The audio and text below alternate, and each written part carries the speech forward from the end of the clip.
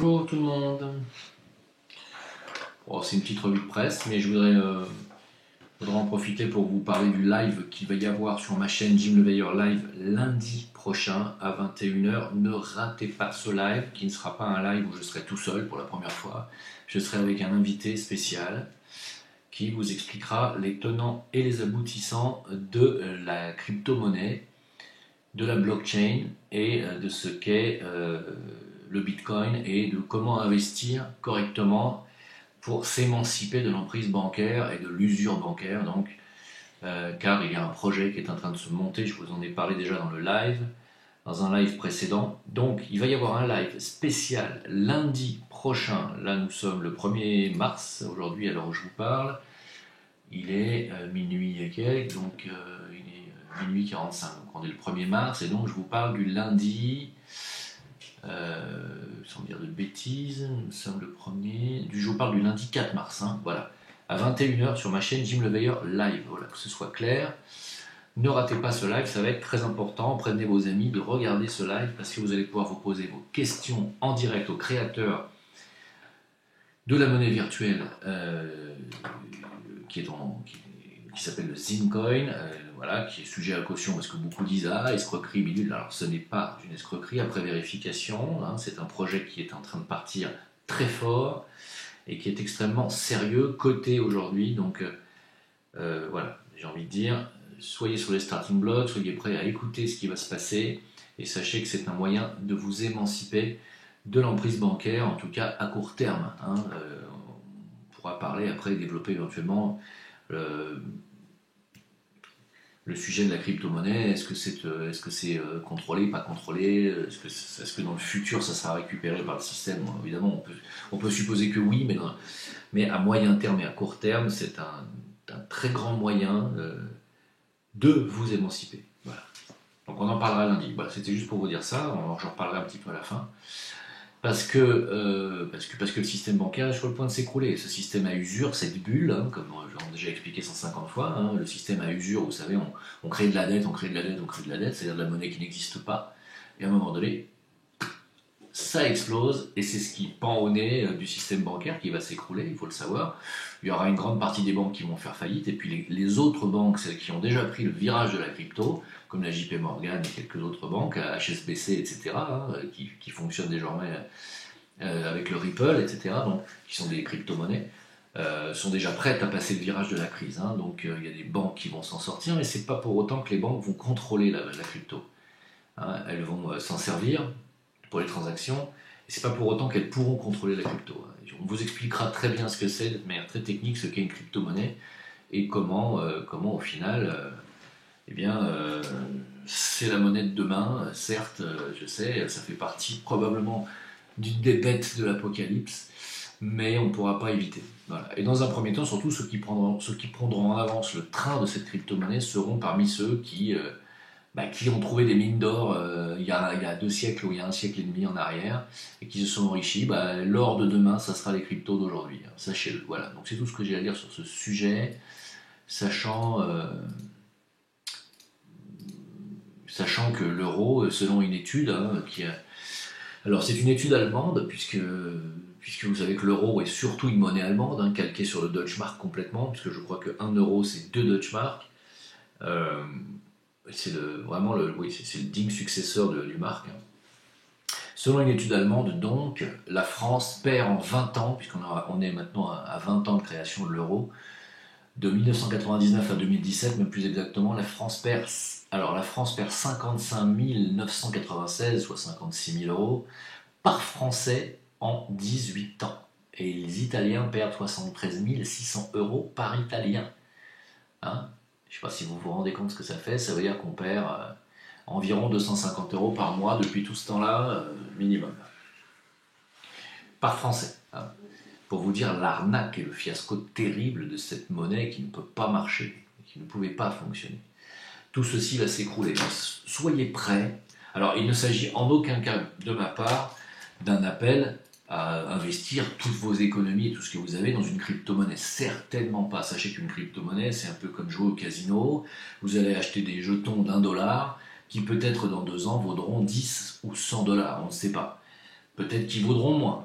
Mais disons que c'est un coup à jouer, hein, en connaissance de cause, donc il faut bien connaître les dossiers. On vous expliquera les tenants et les aboutissants. Voilà. Moi, je vous expliquerai personnellement aussi de ce que ça implique pour moi. Tout sera parfaitement transparent.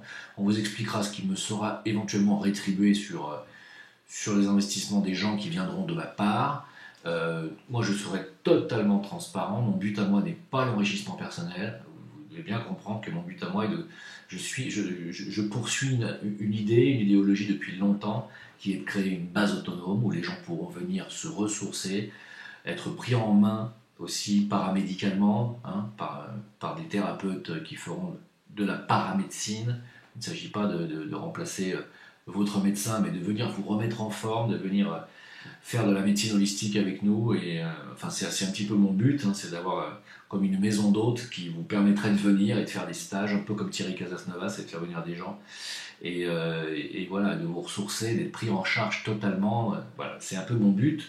Donc si ce système permet et me permet de faire ça, tout le monde va y gagner, tout le monde. Et le surplus d'argent, c'est-à-dire que si je gagne plus que ce dont j'ai besoin pour faire ça, ça sera réinvesti pour des causes humanitaires. En ce qui me concerne, j'en prends l'engagement, sachez-le. Et je prends l'engagement devant Dieu, à qui j'ai déjà parlé, et à qui devant mes guides, à qui j'ai déjà expliqué que tout surplus sera reversé. Hein. Moi, ça a toujours été mon idée depuis que je suis jeune, très petit. Donc il n'est pas question pour moi, s'il y a opportunité d'enrichissement, d'aller la couler douce aux Bahamas. C'est pas le genre de la maison, hein, sachez-le. Hein. Je pense que pour ceux qui savent ce que c'est que quelqu'un d'engagé comme moi, vous savez très bien que c'est pas du pipeau. Voilà. Alors, je vais continuer. Je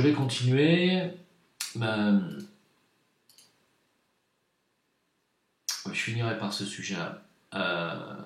Oui. Excusez-moi. Voilà. Alors, donc, pour Griveaux,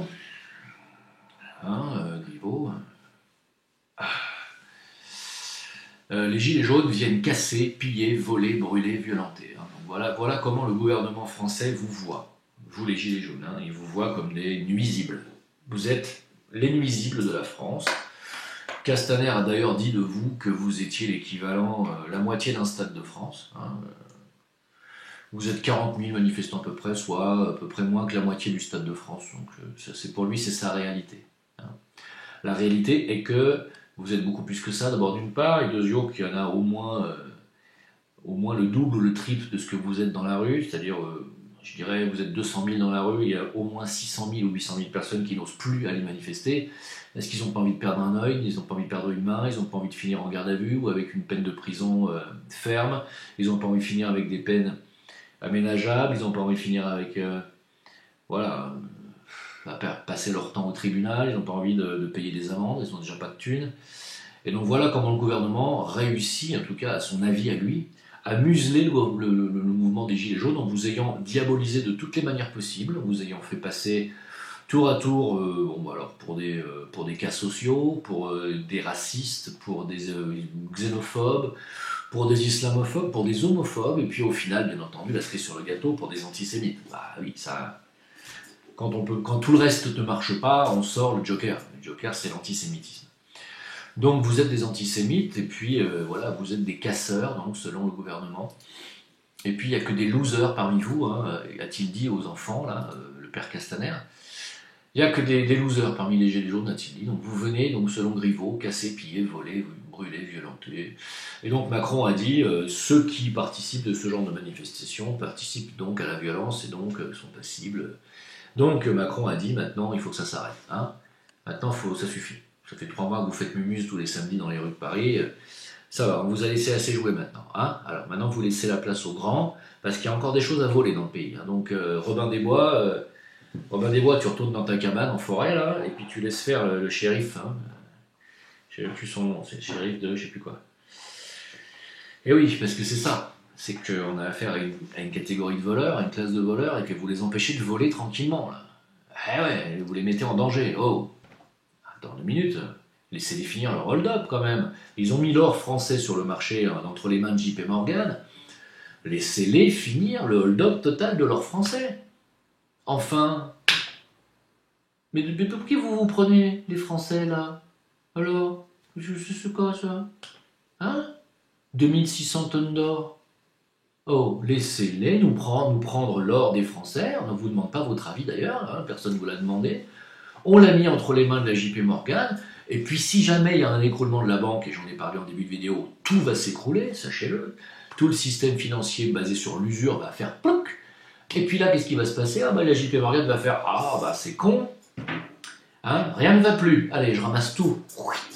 Et il va prendre tous les pions, sauf que vous voyez, bah, dans les pions, il y aura les 2600 tonnes d'or des Français. Hein, et puis les Français, à ce moment-là, diront oh, on va mettre un gilet jaune. Ouais, mais non, t'as plus le droit de mettre un gilet jaune. Plus le droit. Parce qu'il paraît qu'il y a quelques policiers, des fois, qui font des bavures, qui tirent dans les yeux, et ça, Castaner, elle ne le savait pas. Et donc, je suis sous Nux vomica en ce qui me concerne, c'est-à-dire des doses qui me calment la colère, hein, parce que moi je suis particulièrement en colère, vous vous doutez bien, c'est parce que je vois dans leur jeu très clairement, et que ce sont des ordures, hein, il n'y a pas d'autre mot. Tout ce qu'ils méritent, c'est une belle révolution, hein, c'est une belle révolution, voilà, bien semblante, c'est tout ce qu'ils méritent, hein, il n'y a pas d'autre mot. Je sais que c'est pas beau ce que je dis, mais aller continuer à manifester pacifiquement et se faire traiter de la sorte au bout de 3 mois par le gouvernement, qu'est-ce que vous voulez continuer vraiment? Vraiment aller marcher sur les Champs-Élysées pour juste ça va plus? Vraiment, vous voulez continuer, vous êtes sûr? Parce que Patrick Sébastien, il a dit non, faut changer de méthode. Ah oui, Patrick. Évidemment, Patrick. Évidemment. Alors, sachez qu'en Belgique, à partir du mois prochain, je crois, à partir d'aujourd'hui d'ailleurs. Alors d'abord, primo, nous sommes le 1er mars, donc ça veut dire que la reconnaissance faciale rentre aujourd'hui hein, en activité donc, dans les écoles françaises. Donc tous vos gamins seront fichés, scannés, leur visage, etc. Donc on va voir ce que ça va donner. De toute façon, jamais rien n'est tout blanc ni tout noir dans une révolution technologique. Donc il va y avoir fatalement des choses positives qui vont sortir de ça. C'est comme pour les crypto-monnaies, il y a des choses positives qui vont en sortir, hein, et puis bon, d'un autre côté, vous serez quand même prisonnier du système. C'est comme ça.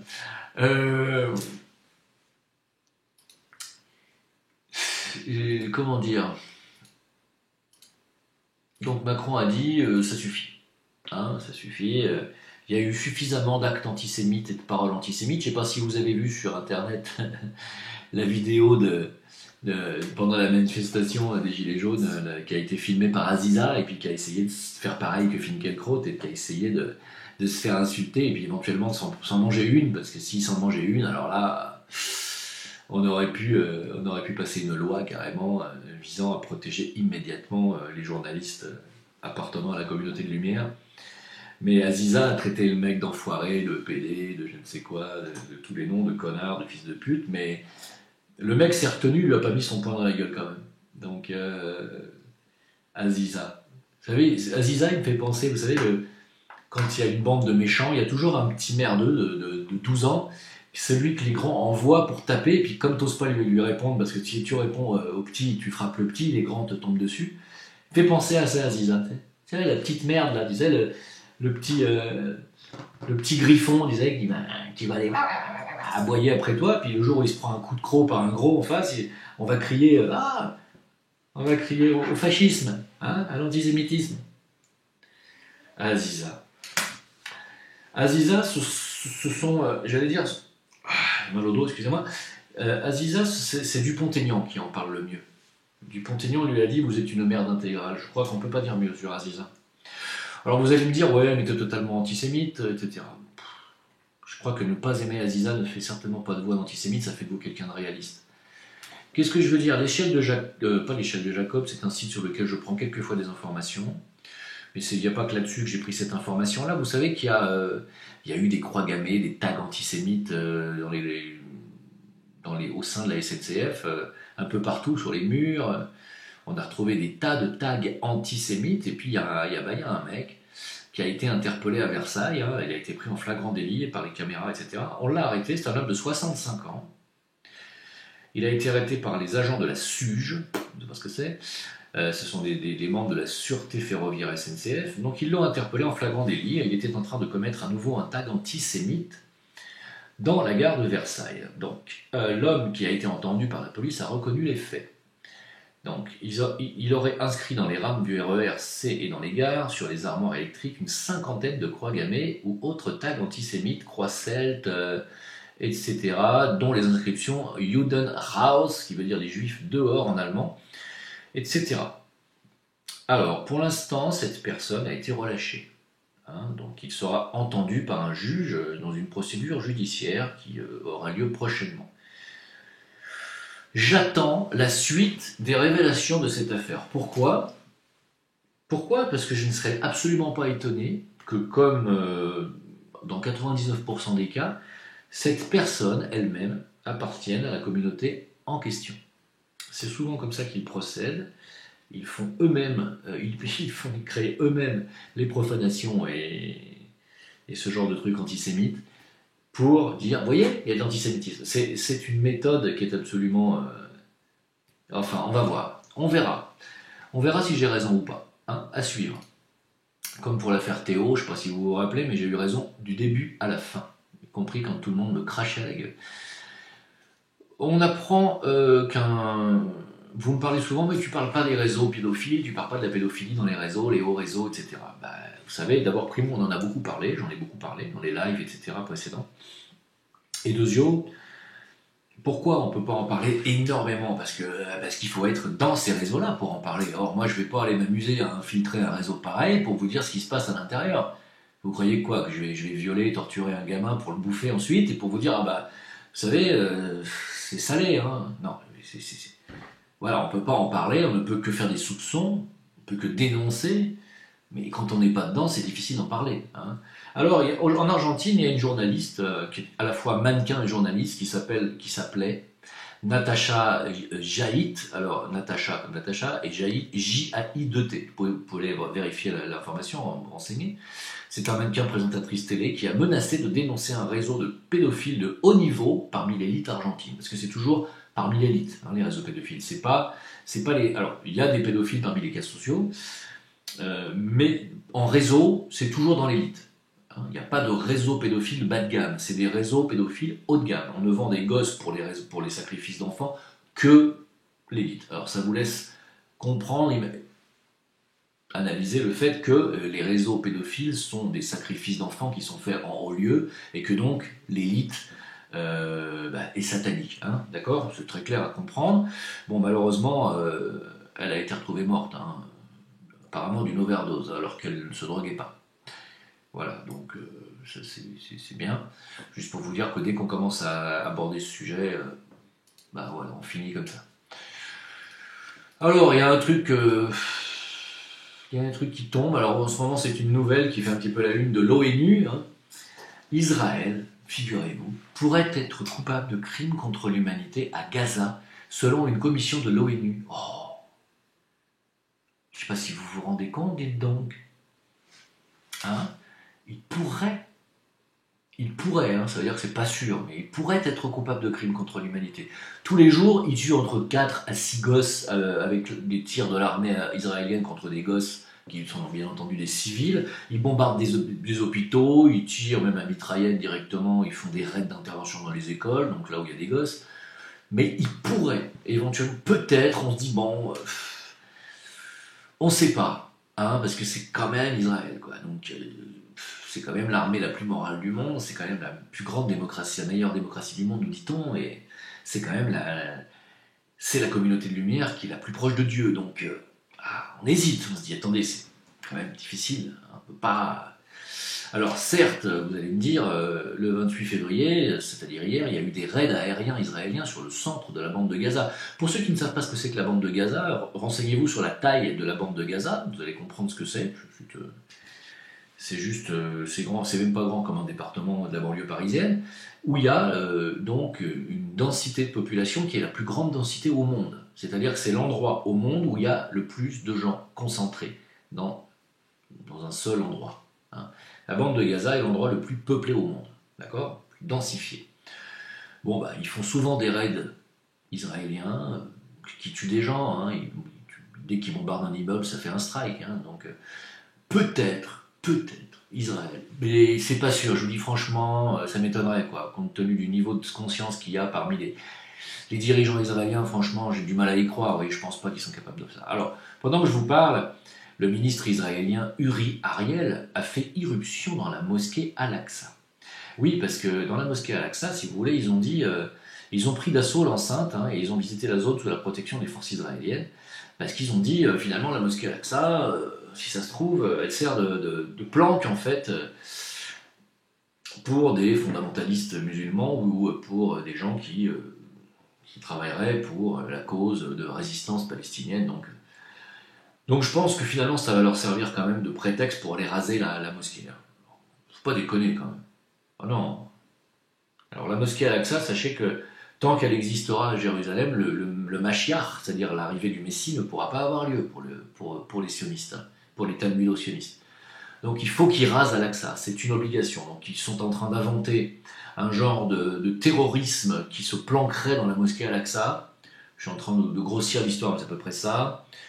Pour pouvoir trouver l'excuse de raser la mosquée, hein, qui est une mosquée qui a quand même, renseignez-vous, sur l'ancienneté de cette mosquée. Voilà, et ils veulent remplacer la mosquée, bien sûr, par le troisième temple, qui est une des conditions sine qua non pour l'arrivée du Mashiach, alias le Messie des Juifs. Pour ceux qui ne le croient pas, depuis le départ, quand je vous dis qu'ils sont en train d'appliquer un plan qui est le plan de l'arrivée du Mashiach, c'est un plan messianique, hein, qui est un plan, la construction du Grand Israël, ça, c'est pareil, ça contribue, c'est le même plan. Hein. Bon, bah, la mosquée de Al-Aqsa, il y a un an, tout le monde m'aurait dit, mais n'importe quoi, c'est impossible qu'ils détruisent la mosquée. Voilà, bon, bah, écoutez, on y est.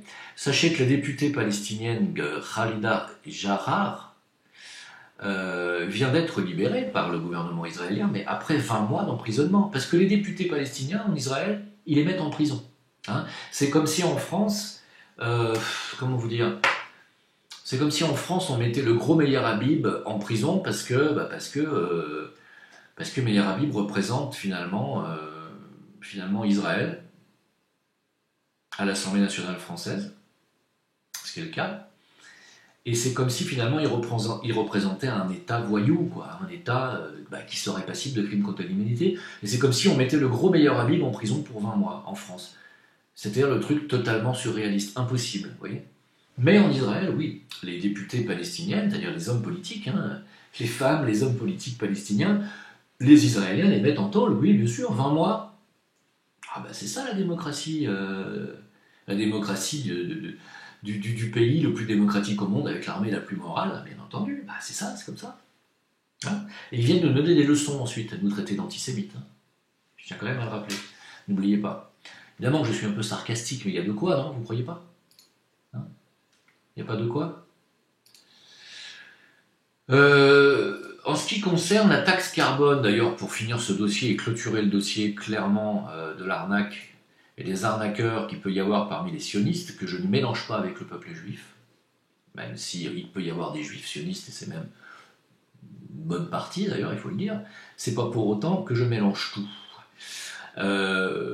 En Israël, l'Israël, si vous voulez, est un peu le repère de toutes les saloperies qu'on a en France et qui ne veulent pas être jugées en France et finir en tôle. Qu'est-ce qu'ils font? Ils dégagent immédiatement en Israël parce qu'ils sont binationaux et ils se planquent là-bas. Et on ne peut pas les faire revenir, on ne peut pas les extrader, on ne peut pas demander à la justice israélienne de les ramener en France pour être jugés. Hein, c'est un peu le cas des assassins de Saïd Bourarache. Renseignez-vous qui est Saïd Bourarache, qui était un gardien de grande surface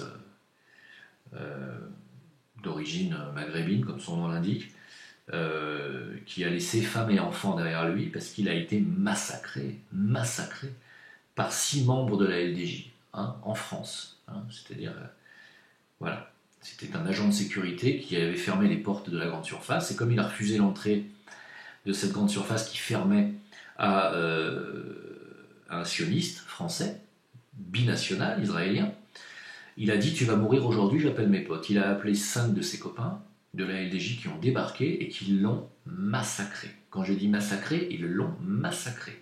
C'est-à-dire qu'ils l'ont noyé dans le canal, après l'avoir tabassé à 6 contre 1, et après lui avoir vidé une bombe entière de lacrymogène dans la bouche. Ces personnes de la LDJ ont fui la France, ont pris des peines de prison ferme pour la plupart, sont aujourd'hui planquées en Israël. Parce qu'il y en a ras le cul. Moi, j'en ai ras-le-bol de cette classe d'intouchables. Et c'est pas parce qu'ils sont juifs ou quoi, ça n'a rien à voir. Quand vous êtes une ordure, vous êtes une ordure. Que vous soyez juif, musulman, athée, chrétien. Vous êtes une ordure, vous êtes une ordure. Point final. Et il me semble qu'Israël est un repère d'ordure quand même. Comme ça, vu de nez, vu d'ici. Alors, en ce qui concerne la taxe carbone, je ne sais pas si vous vous rappelez, tout le monde nous a dit, c'est nos hommes politiques, nos politiciens d'époque, vous avez extrêmement, responsabilisé avec cette taxe carbone. Vous avez dit, vous allez payer parce que la taxe carbone, avec vos bagnoles, on vous a vendu du diesel, mais avec vos diesel, vous polluez, quoi. Alors vous allez devoir changer de bagnole parce que vous n'avez pas fini de payer votre crédit, mais vous polluez. Alors, oui, la taxe carbone. Sauf que la taxe carbone a été une arnaque, a été l'arnaque qui a permis à une personne de s'en mettre plein les fouilles. Alors quand je vous dis plein les fouilles, j'ai pas les tenants et les aboutissants de l'affaire, c'est-à-dire que j'ai pas exactement tous les dossiers, mais disons que c'est entre 1,7 et 3 milliards d'euros qui ont été volés aux contribuables français entre 2008 et 2009. 80% de l'argent volé en France est parti en Israël. Ah bah merde! Ah mais je suis un antisémite! Oh putain, il paraît que je tape sur les juifs, dites donc. Je ne tape pas sur les juifs, je tape sur les ordures qui se planquent en Israël et qui se cachent derrière leur judéicité, ou judéité, je ne sais pas comment on dit, pour sortir finalement la carte blanche en disant attention, moi, je fais partie de la communauté de lumière, c'est-à-dire même si je suis une ordure, je suis adoubé, j'ai une protection divine. Il y a Yahvé qui m'a donné l'autorisation de le faire, parce que c'est marqué dans le Talmud, il est en droit, nous sommes en droit de violer les goïms, c'est marqué, c'est même conseillé, directement, donc par... Et à un moment donné, j'en ai ras-le-bol. Et ça n'a rien à voir avec les juifs de la Torah. Je parle de ceux qui suivent le Talmud. C'est écrit dans le Talmud, tout ça.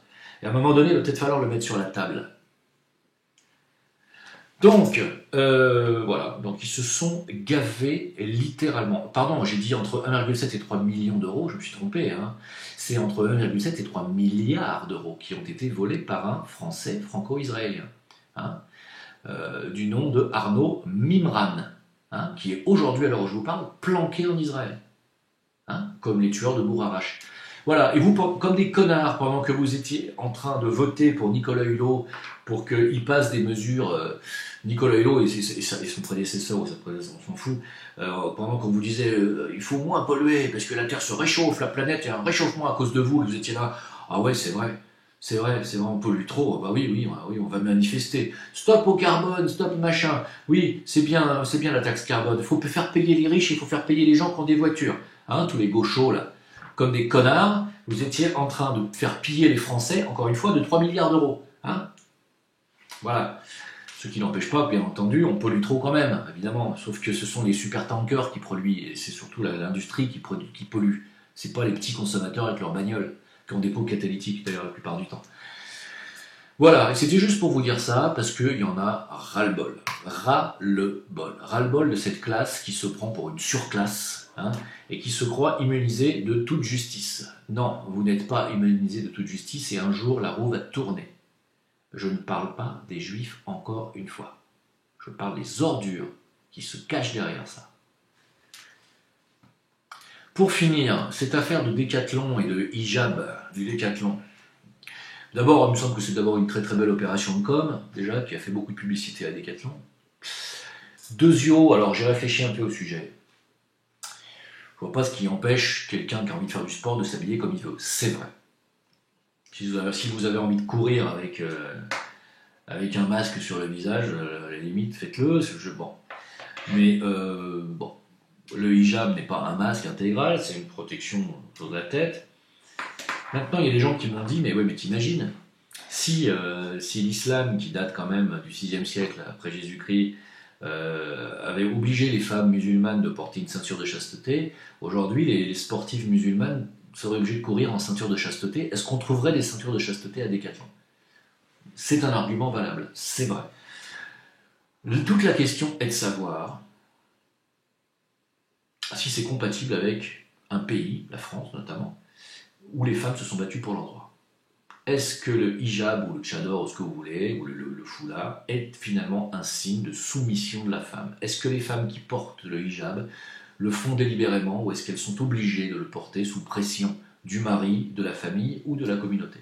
La question est là.